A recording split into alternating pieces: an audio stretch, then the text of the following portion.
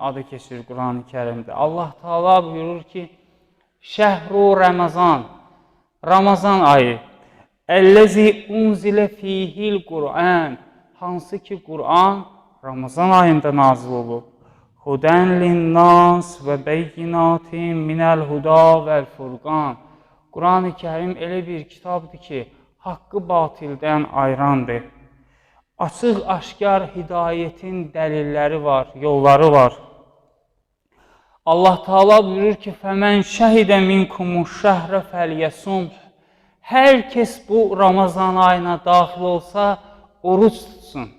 Orucu vacib edən 2 ayəmiz var Quran-ı Kərimdə.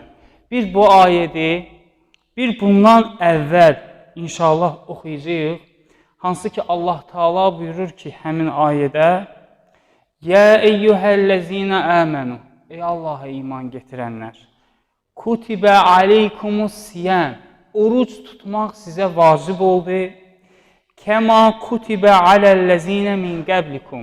Necə ki sizdən əvvəlki ümmətlərə oruç tutmaq vacib idi, eləcə də sizə oruç tutmaq vacib oldu.